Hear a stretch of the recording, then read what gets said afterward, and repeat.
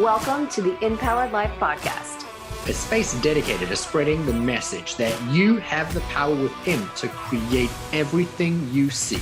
So if you're ready to enroll in a new kind of higher learning, the kind that leads to true personal freedom, hang here with us. We're your hosts, Rudi and Anniston, and this is InPowered Life. Welcome to the InPowered Life Podcast. My name is Rudi and Anniston. I'm your host. And I'm Anniston. And today's episode is going to be touching on one of the topics of where we see people that get stuck the most. Now, there's a few key areas in life where people seem to really struggle, and that is usually around love and finding a loving, committed relationship, around money, where people are either in a position of lack and wanting to expand out of, and they just don't know how to connect to that. And then another one is in health and well-being.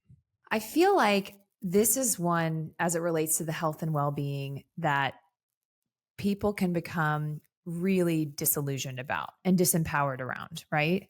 And I think a lot of it is because of a misunderstanding of how the human body works.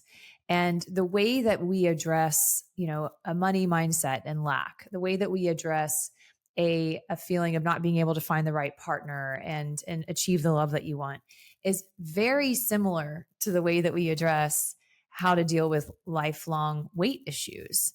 And it all comes back to the same core issue. And in our opinion, that is as it relates to your identity and your belief system around who you are, what you're capable of, and what you're worthy of.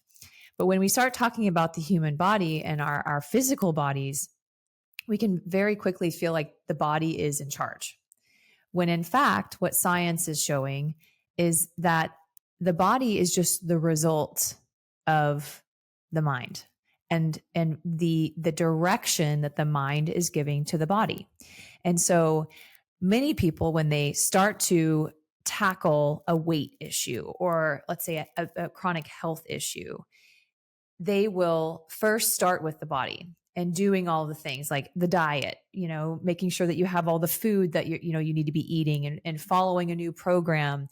They seek counsel, which we absolutely recommend that you do. It's an important part. They go to the gym. But what they forget to do or what they miss doing is to address the belief system of who they are and their identity. Because if you've always identified as an unhealthy person, or you've always identified as, I am an overweight person, and then you start to do new things that bring about a different result, you will always revert back to your identity. So if you don't shift who you believe yourself to be, then that's when the lifelong problem comes. I have shared in so many coaching calls a story of success with a client that I had who wanted to reduce their weight size. They were overweight. They had always struggled with their weight, and they felt that they were disempowered, like they were not living a life where they were in control. They would make the declaration, I'm no longer going to be overweight. I'm not going to drink Coca-Cola. I'm not going to eat candy. I'm not going to eat a bag of chips. And then they would find themselves drinking the Coca-Cola, eating the bag of chips, eating the Snickers bar, and then catching themselves halfway through and being like, how did I get here? I just don't understand. I said I wasn't going to do this, and now I'm doing this. I didn't have it in my home, and then I went to a store and I bought it, and I came home and I started eating it. And it's like they only wake up halfway through doing it and realize I'm doing it again. And there's the key there is they identified with a certain pattern of behavior. They identified with a certain way of being. And so all of their behaviors were around reinforcing that was that state of being. And to support this individual, I had said, your unconscious mind is going into a default state where you are being triggered based on an emotion. And the brain learned the pattern of the behavior that when you feel that way, what makes you feel better is a 34 grams of sugar can of Coca-Cola, or it was going to be a Snickers bar, or it was going to be a bag of potato chips. And so when you feel a certain way, you're triggered that this is how I fix that feeling. And so you go to the default, and that's not you that's in control. That's just the unconscious program. And so you go into the default. That's what put you into the car. That's what drove you to the store. That's what filled the basket. And then you go home and you start to eat it. And then boom, you start to become conscious and you're like halfway through the Coke and you're like, how did I get here? And so I had said that there's a number of steps that you need to take. And we're going to address today in a moment, not yet, in a moment, the number one, which is the mindset. But I also wanted to give an additional step, which was to support the mind step work.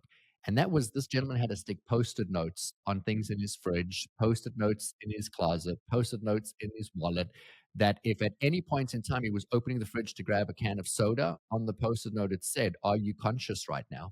Like, are you making this choice or is your unconscious mind making this choice? And that was such a great shift because he was being moved into a state where he had to decide in that moment, oh, is this me or is this the program that's driving me?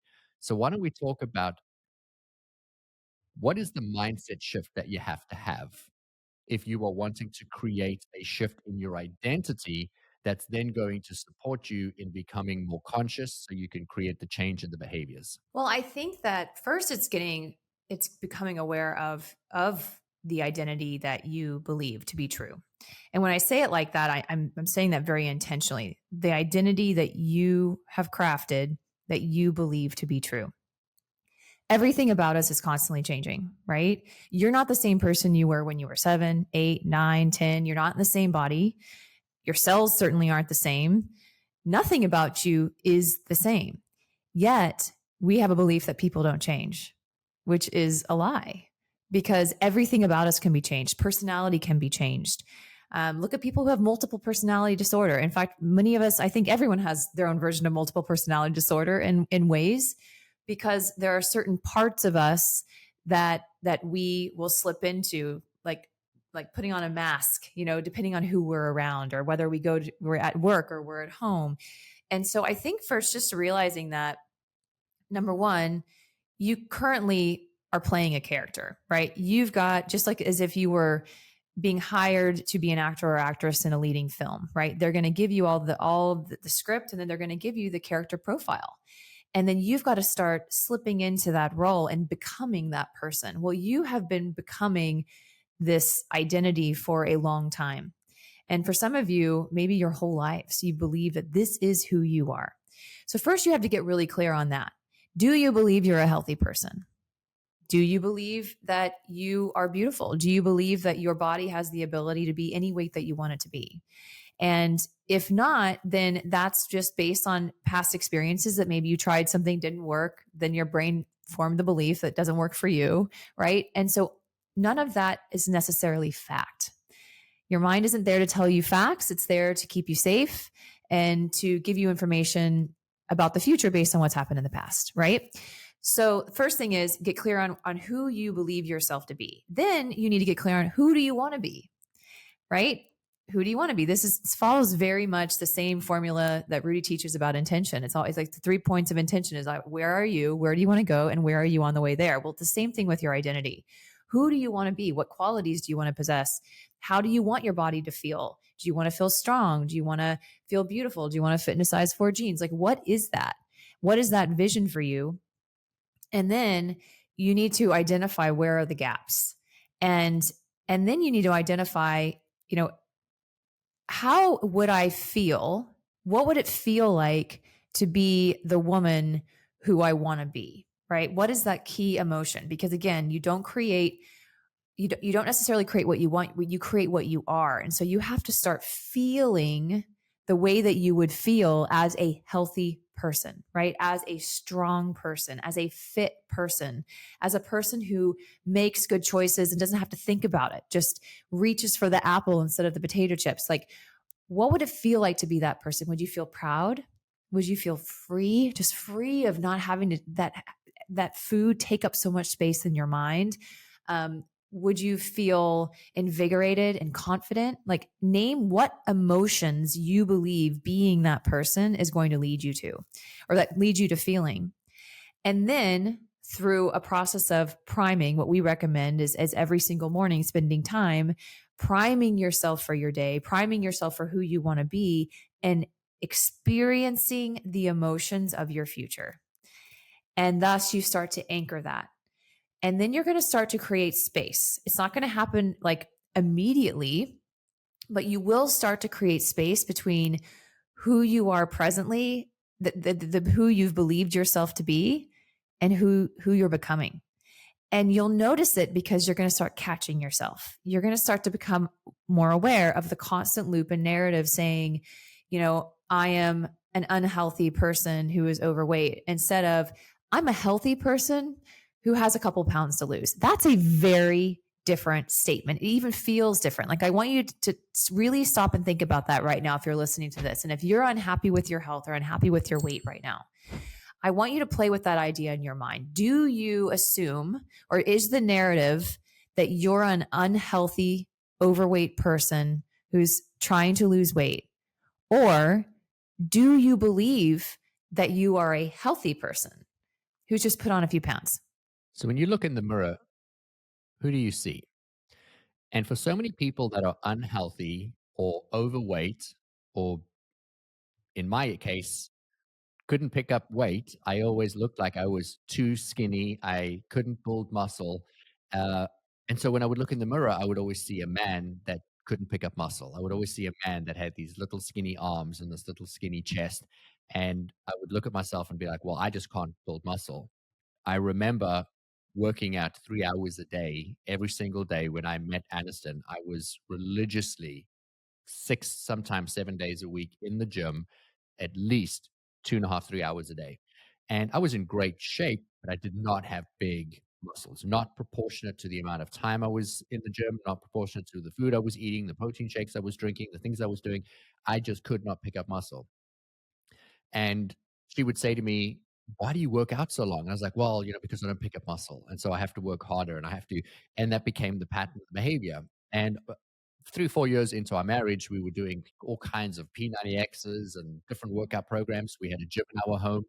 And she would say to me, you always say you can't pick up muscle. You should probably stop saying that you can't pick up muscle. And I'm like, yeah, I understand that, but I just don't pick. And then I would reinforce and validate that I don't build muscle well, and that it's just my body type. And what's interesting is my older brother said to me when I was probably around 5 or 6 years old, he said, you're so lucky. No matter what you eat, you never pick up weight. And my mom had a home baking business. So we grew up in a house with carrot cake, chocolate cake, truffle cake. We had black forest cake. We had just every dessert you could imagine. And it was at our disposal at all times. My brother would eat every single thing he could get his hands on. And then he would say, well, if I eat the cake, then I immediately see the change in my body. And he was older than me, and he was already aware of his weight. And he would say, it's so unfair. You can eat the cake and your body doesn't change. What's interesting is I was never really a cake person, so I didn't eat a lot of the cake. But he associated me having a skinny body with, well, I'm eating the same volume as him and my body doesn't change. And then he labeled me, you do not pick up weight. And so then I started to be proud of the fact that I could eat anything and I wouldn't pick up weight. So 6 turns to 7, 7 turns to 13, 13 turns to 20, eventually to 30. And I walk around with a belief system that I do not pick up weight. And so I have been the same weight literally every single day since I was in my 20s. I have not changed. I haven't fluctuated, and it's gone maybe up by a pound or two, and it always stays around that benchmark. And I just never, ever, ever picked up weight. I was around 145 pounds. And if I did pick up weight, it would come off very quickly. But here's the thing I want to bring this home to is when I would look at myself in the mirror, regardless of whether I had an extra 2 or 3 pounds, or I was low an extra 2 or 3 pounds, or I had an extra 2 or 3 pounds of muscle or less muscle, I still only saw the version of me that was too skinny, that had these little arms, this flat chest, that didn't build muscle, no matter how hard I worked. Even if my body was starting to morph and change based on the work, I kept anchoring myself back into that. There was an interview where Oprah was trying to lose weight, and a gentleman came in and helped her with the weight loss. And we've mentioned this on the podcast before. And this was before all of the injections that everyone's using for weight loss now. And he was successfully able to support her in losing weight. And when they interviewed him and said, how have you been able to help her? She struggled with the weight. He said, I just asked her to stop seeing herself as an overweight person. And if she didn't look in the mirror and see somebody that was overweight, then she would change her identity with how she was looking, how she was feeling, which would then change her behaviors. And for me, I had to change my relationship with my body. And so I decided recently, I am somebody who builds muscle quickly and easily. Anniston met me, and I used to walk around picking up pennies. And every time I saw a penny, I would pick up a penny and I would say, thank you to the universe. Money comes quickly and easily. And so money has always been abundant to me because I believe money is just gravitating towards me. It's my belief system. When I look in the mirror, I look in the mirror as an abundant person. And so I said, well, I'm going to take the same thing and I'm going to be somebody who grows muscle quickly and easily. And, I have taken actions to change some of my behaviors. So working out and getting a coach and eating protein at a higher level than what I was eating before.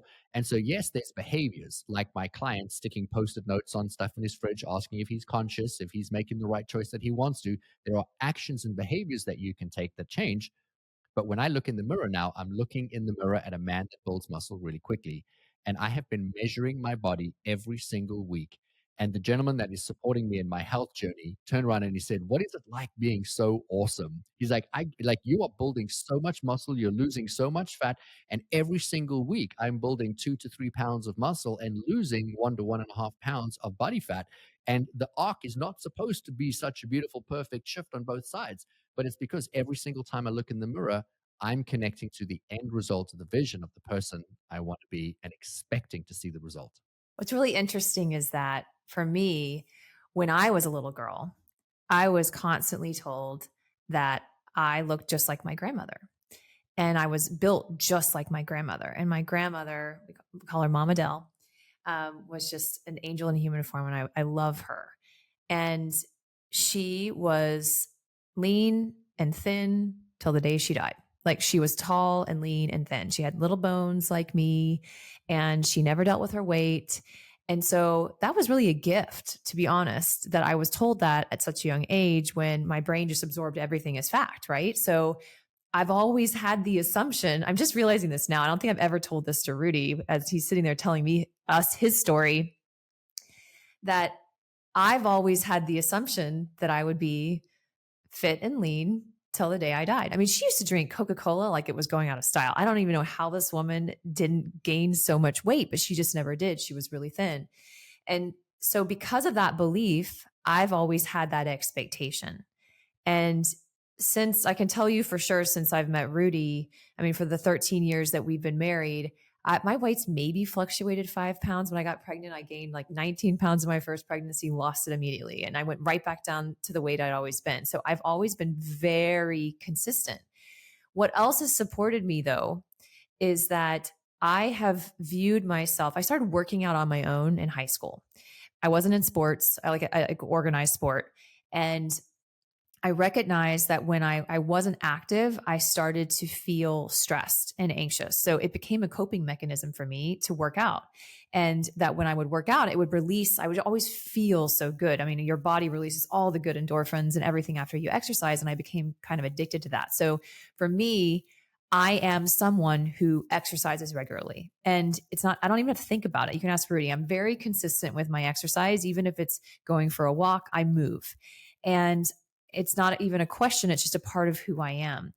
And so even when we're on vacation, even when it's a weekend, I always make the assumption that I'm going to be active. Same thing with eating healthy. I started eating healthier in my 20s, but when Rudi and I met, I mean, we're vegan for 3 years. I mean, we've really taken it to extremes, but what's interesting is I still have that assumption that no matter what I eat, because we love pizza, Thai food, Indian food. I mean, we pretty much eat what we want in moderation. And yes, we try to eat as clean and as organic as we can, but my body doesn't retain the weight.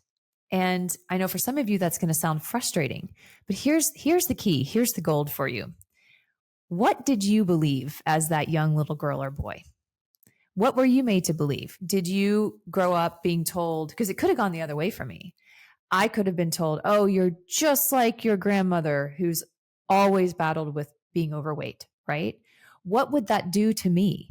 And if what science is showing us with the placebo effect, right? Which many of you have heard of the placebo effect. It's basically the phenomenon where through drug trials, they will always give a pill that is the actual pill with the medicine in it. And they'll also trial giving a pill that's a sugar pill.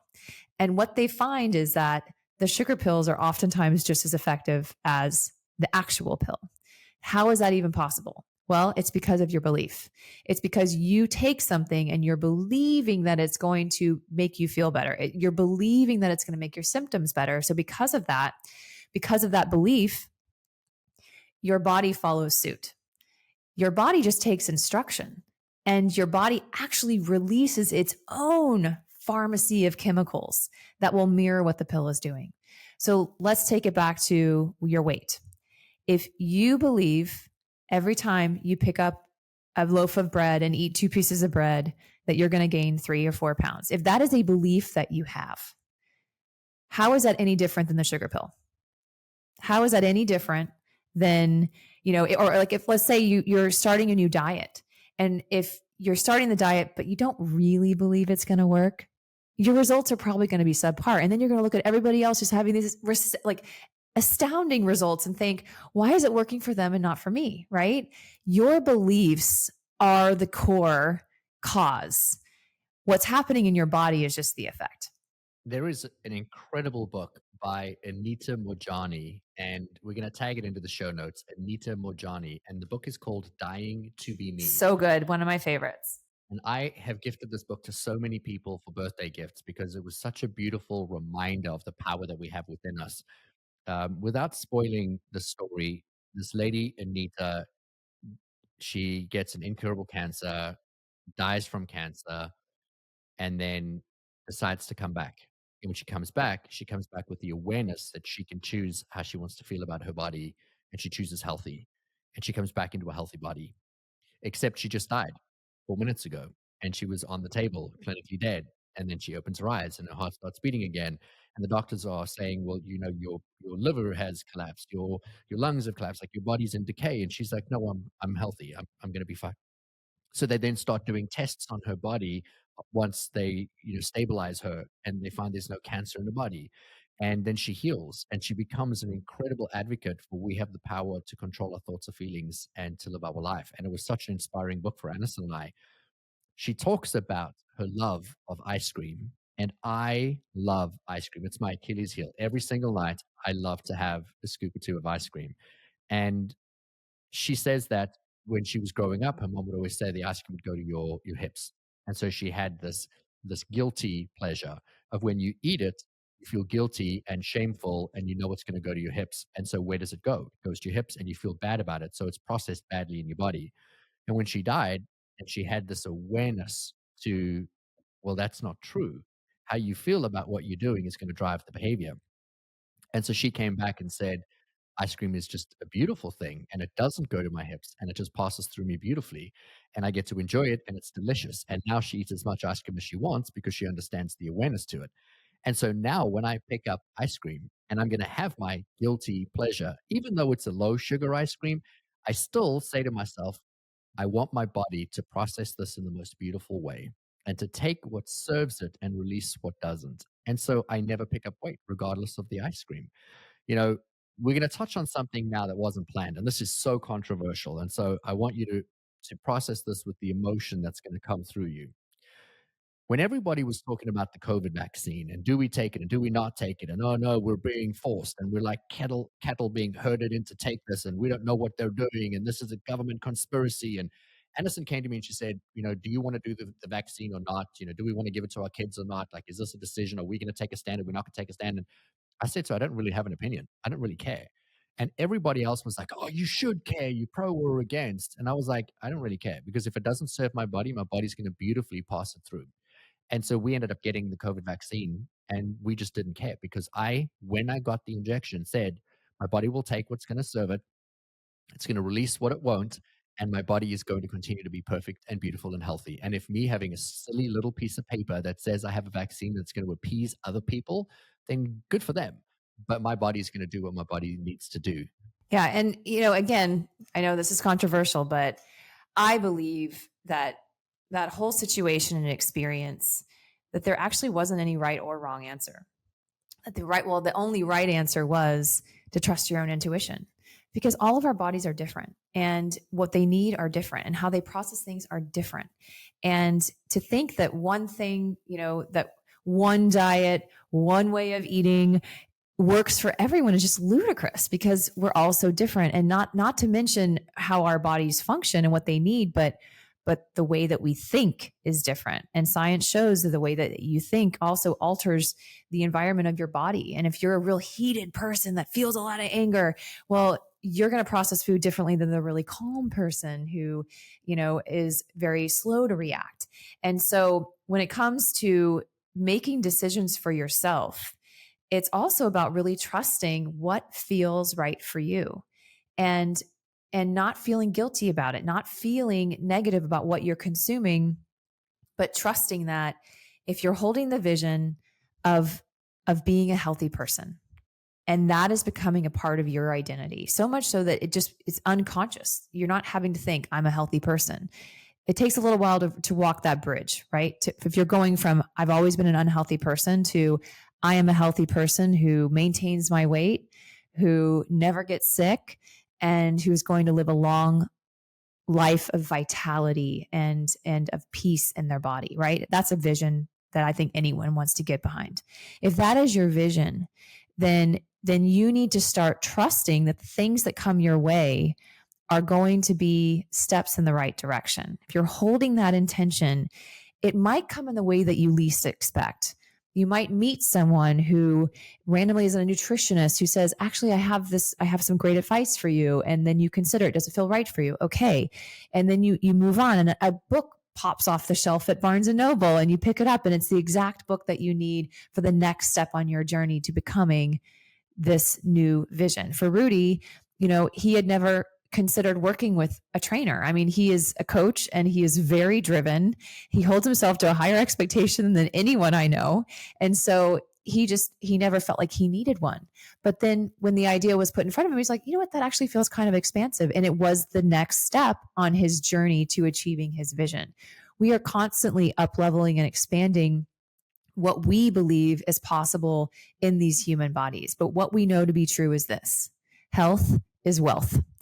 And if your health goes, then that always will become the priority. It's almost impossible to think about, how am I going to achieve my purpose when you're in chronic pain or when you're fearing for your life? And so why we wanted to host this episode and bring this discussion to the InPowered space is because we know that this is something that we all go through. We all have a human body. We all want the best for it. We want to feel the best, look the best, and ultimately to live a healthy life. But so many people never can seem to move out of this battle with their bodies. And what we're saying is there is a way forward. What we're saying is there can be change. I don't care if you've been trying to lose weight for 50 years. It's possible for you. But you have to be willing and open to doing the work. And by that, it's not just going to the gym and eating the right food and drinking enough water and taking the medicine. It's doing the work of going within, shifting how you feel about yourself, shifting your identity, and then moving forward and taking the steps that you're inspired to take on your journey to becoming the person you want to be. I think it's important that we emphasize once again, we're not doctors. We're not offering any medical advice here. And we're giving you an added tool that is going to support you, but it is by far one of the most important tools. Not the most, it is just an added tool in the arsenal that's going to support you. No matter what you're doing, no matter where you want to go, no matter what you want to achieve, if you don't first change how you feel about the person that you want to become, you're going to be anchoring yourself into the past of the person that you used to be, and you're going to stay there. So that's why the patterns of the behaviors, that's why I shared the story of the Coca-Cola and the person seeing themselves as overweight, so making decisions that supported them as being overweight. And not until they change their identity, and to go from I'm unhealthy to I'm healthy is hard. To go from I don't build muscle to I'm going to be strong, the question wasn't I build muscle quickly. It's what if I do? And the answer is I really do. My body builds very quick muscle. Yeah. Like, what if it's possible for me? What if I can? And so the question for you is, what's possible for you? And if you could start to look at yourself in the mirror and see a different version of yourself, and that's the only version you're going to see, it's going to alter the thoughts, the feelings, the decisions that you make, and you're going to start to turn your life in a very different direction. We hope that you've enjoyed this episode. If there's something that you really like about what we've said or don't like, we would love to hear from you. Share, rate, review, subscribe, and please, if there is somebody that you think could benefit from this episode, please tag them, pass it on, and help us spread this incredible message, because every single one of us has the power to live the life that we deserve. We love you, and we'll catch you in the next episode of the InPowered Life Podcast. If you enjoyed this episode, please subscribe so you don't miss out on future content. And we would love your support in leaving us a review wherever you listen to your podcasts. Make sure to check the show notes for more information on how you can find us online and on Instagram. Now go create an amazing day for yourself, and we'll see you again soon.